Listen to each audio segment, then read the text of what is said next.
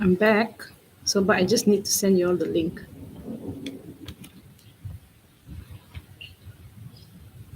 It's quite slow lah. So I just send you all the link. Tadi मेरा phone दें please. kita cap के. कहाँ पे? नहीं पता.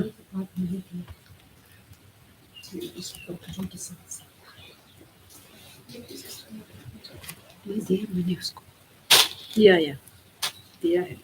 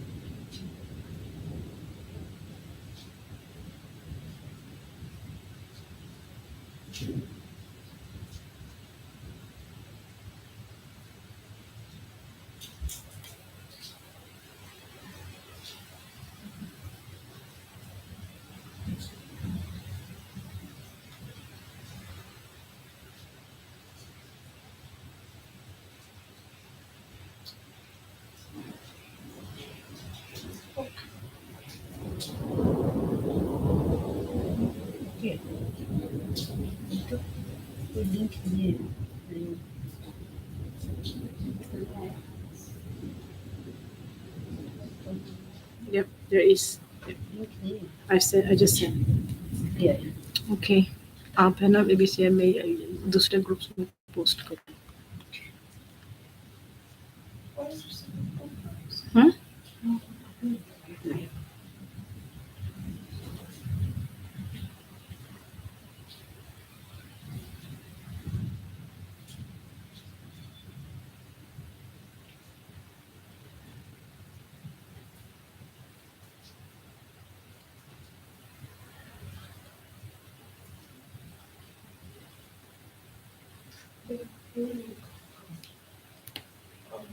Okay. So sorry about that. Yes. So we are back. So where was I? So it's quite a lot to cover. But anyway, with all this, naturally there'll be maras when you want to learn about being Buddhas and all. So okay. So the idea is like this. So we always view ourselves as ordinary, right? So we're talking about Deity Yoga here, yes, a continuation. So sorry for the technical difficulties. We do the best we can in samsara. So we always view ourselves as ordinary. I'm no good. I'm very fat. I'm very sad. I'm short. I'm dark. I'm thin. This and that. But through this practice, you view yourself as a Buddha every day. Can you imagine what it does for your mind? It's like super high charge motivation every day. And then, slowly, all those ordinary appearances. Oh, I'm so thin, I'm so fat, I'm so this, I'm so that. Oh, my poor me. All this poor me thing, you will transcend it. Yeah. So this is so powerful, the practice. Yeah. So the view is that our ordinary appearance, yeah, what we think of ourselves every day, is a habit energy already. We form this habit energy so much. We are this, we are that, and then we belittle ourselves, body shaming, etc. and all.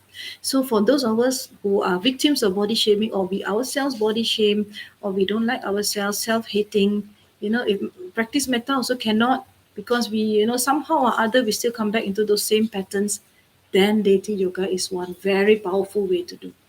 Some people think that I'm old, I'm smelly, this, that, whatever it is. No, you are Buddha. Yeah. So understanding that enlightened mind and ordinary mind share the same nature. We must understand that the nature of the Buddha and our nature is the same nature. Yeah. So the principle, so we take, so this is the important part here. So we take the result as the path. You get what I mean? That means the result is we want enlightenment, isn't it? So all of us are striving for enlightenment. We want to become Buddha. We want to become Buddha, right?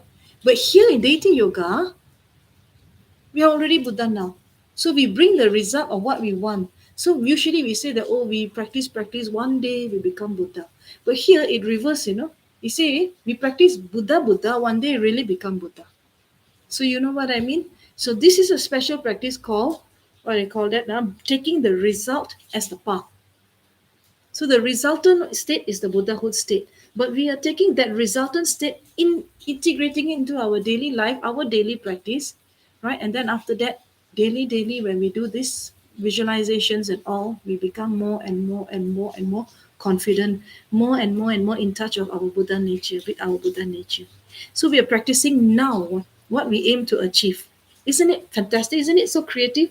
I really salute those who, who made this practice, because it's like you're practicing now what you aim to achieve. So you're practicing to become, you're practicing, and it's like a mimicry in a way, but not a mindless mimicry. It's like you're emulating the Buddha and feeling and stepping into the shoes of a Buddha, even for a short while. So it's called immersion. So if you're an anthropologist, anthropologist sits inside the kampong orang asli, for example, a village where there are, indigenous peoples, and then we sit down there and then we do participant observation. So in a way, we try to be as, as we try to blend in with the community that we are studying. That is anthropology. So I'm trained as an anthropologist. So I used to work with orang asli. So what we do is that we sit down and then we blend in with the culture, and then we become one with them. So in the same way now, so it doesn't mean that I'm what they call that now, faking it. It's just that, at that particular time I'm immersed in it, so I developed very deep understanding about the orang asli.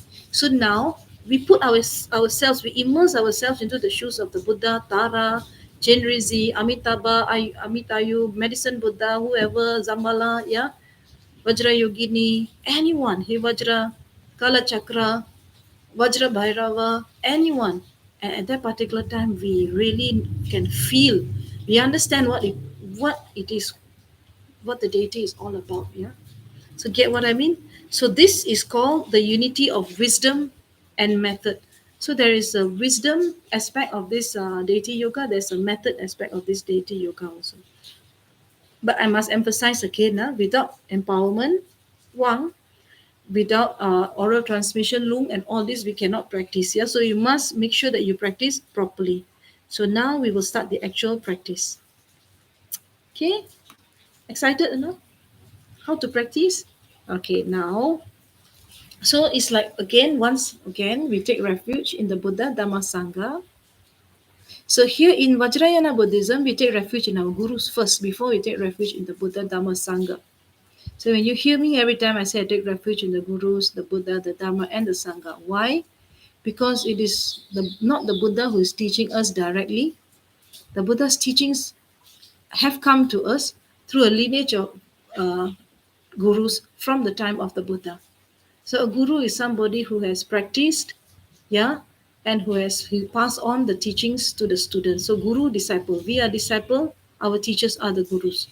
So then, without our teachers, without them practicing and perfecting their practice, they have no realization. Also, very hard to teach us, right? So they have the realizations, then they pass on the lineage of practice to us.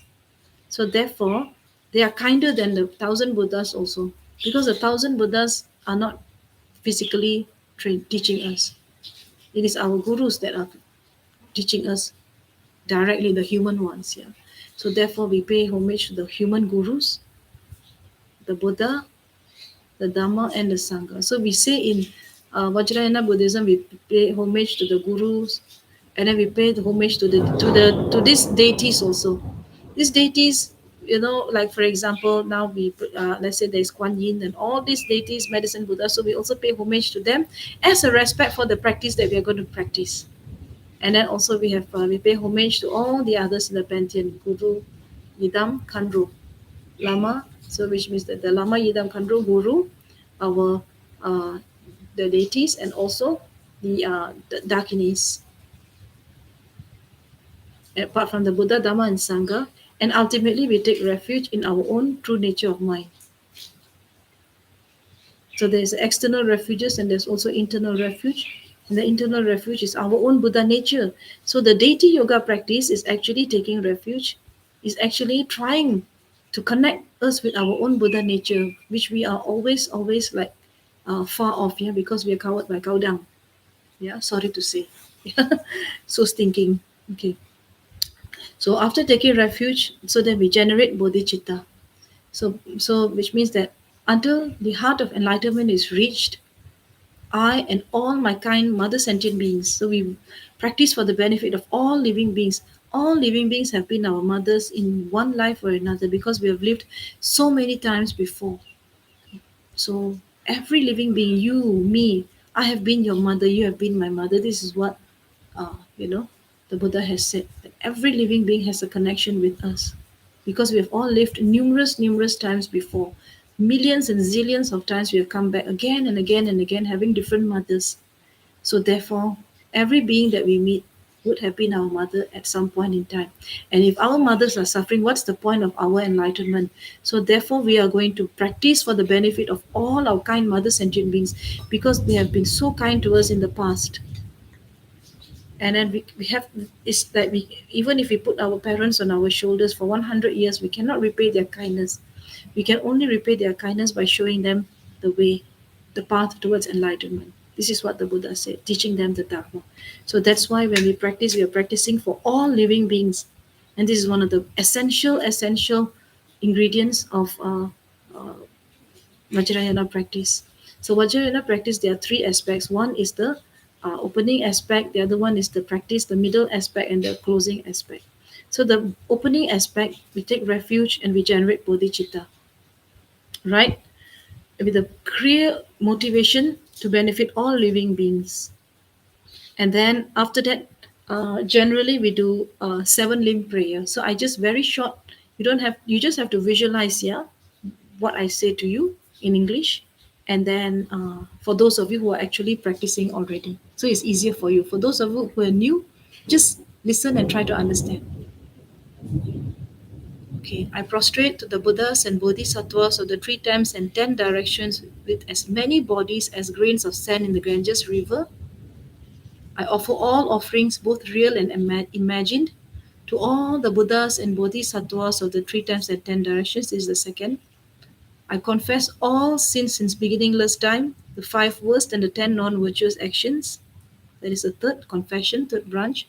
The fourth branch, rejoicing. I rejoice in all the meritorious actions of all the Prachika Buddhas, Bodhisattvas, Arahants, and all ordinary living beings, sentient beings. You rejoice in your heart to counter jealousy. Number five, I request the Buddhas to turn the wheel of the Dharma for the sake of all sentient beings.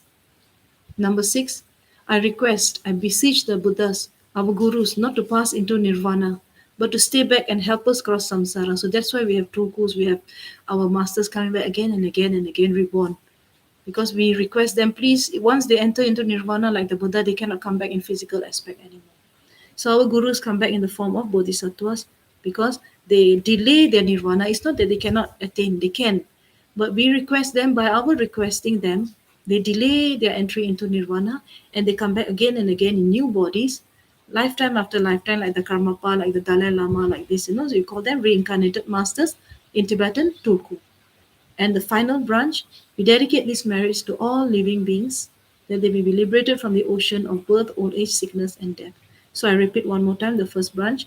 I prostrate to the Buddhas and Bodhisattvas of the three times and 10 directions with as many bodies as grains of sand in the Ganges River. Prostrating. Number two, offering. I offer all offerings, both real and imagined, to all the Buddhas and Bodhisattvas of the three times and 10 directions with as many bodies as grains of sand in the Ganges River. Number three, confession. I confess all sins since beginningless time, the five worst actions, the heinous crimes, and the 10 unvirtuous actions. Number four, rejoicing. I rejoice in all the merits of all the Prajika Buddhas, Bodhisattvas, ordinary Brahma practitioners. Number 5, I request the Buddhas to turn the wheel of the Dharma for the sake of all sentient beings. Number 6, I beseech the Buddhas not to pass into nirvana and our gurus also, but to stay back and help us cross samsara. And number 7, I dedicate this marriage to all living beings that they may be liberated from the ocean of birth, old age, sickness, and death. I dedicate this marriage to perfect, complete awakening. May I become a fully enlightened being, a Buddha, to benefit numberless sentient beings. So that is the thing, the first one. Yeah. So now you visualize. Okay. This how to. So you have your proper posture, comfortable, your spine straight, shoulder relaxed, hand in your meditation posture. So your eyes are gently closed or slightly open. Yeah. So after taking this bodhicitta, and also we have got to. So you're breathing in, breathe out again. Breathing in, breathing out, breathing in, breathing out. Right. So now in the space in front of you, so this is the main practice. In the space in front of you, so we say Om Sobhava Shuddha Sarvadhamma Sobhava Shuddha. Everything becomes emptiness. So in the space in front of you, so you clear the meditation space. Everything becomes emptiness like an empty canvas. So you imagine even all your obstacles are dissolving completely. There's no obstacle, nothing whatsoever, no blockage. Everything is vast, empty, clear. So the space becomes clear like the autumn sky, beautiful, crisp, yeah. And then you feel your natural awareness inside of you. And then you let your mind settle in natural space, natural state. So which means that once you tell yourself, everything becomes emptiness. Tell yourself 3 times in your mind, everything becomes emptiness. Everything becomes emptiness. The whole space in front of you becomes clear. All obstacles completely dissolve. Everything becomes emptiness. And then you let your mind settle into your natural state. Okay? Om Sabhava Shuddha Sarvadhamma Sabhava Shuddha. Everything becomes emptiness. And the true nature. So you recognize, you understand, and rest in your true nature. And once you're ready, okay, your mind is sufficiently clear and ready, we start the visualization process. And this is called the development stage, the generation stage, the caring.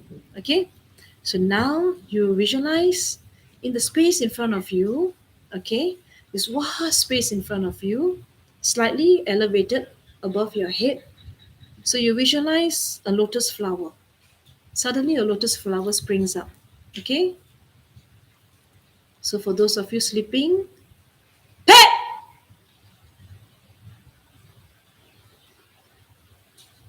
okay, so that will bring your mind into the emptiness true nature of mind state.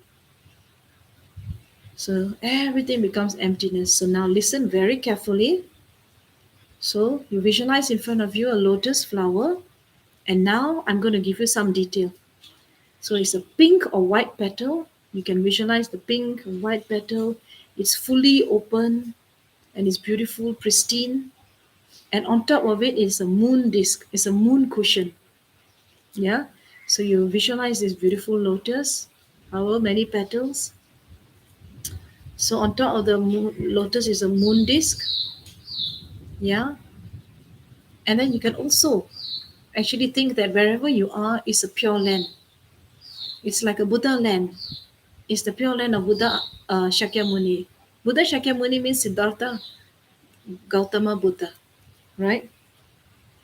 Okay. So can you visualize that? Please continue. So first visualize the lotus, and on top of it is a moon disk.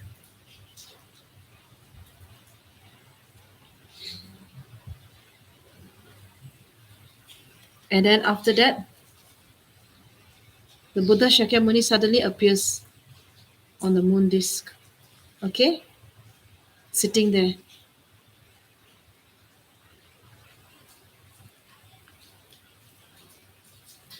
So now you start with the basic shape, okay? So first you have the golden body. Imagine that the Buddha's body is golden. You see the statue of the Buddha, isn't it? Today also I went to Lumbini Garden. There's a beautiful golden Buddha statue there. Wow. so radiant, blazing, yeah, splendor. So we imagine golden body, radiating light. Imagine, yeah, and imagine there's uh, Buddha is wearing the monk's robes, and the face is very peaceful. You can imagine that the Buddha is in the earth, Bhumi Spash Mudra, touching the earth mudra, or you can in the Dhyana Mudra, or the Abhaya Mudra, which is the fearless mudra, any mudra, and arms bowl in the left hand. There's an arms bowl. You can imagine that.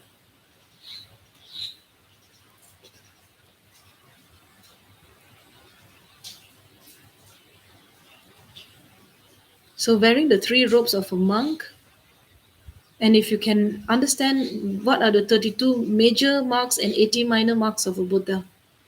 So like for example, very long ears, very long, very tall,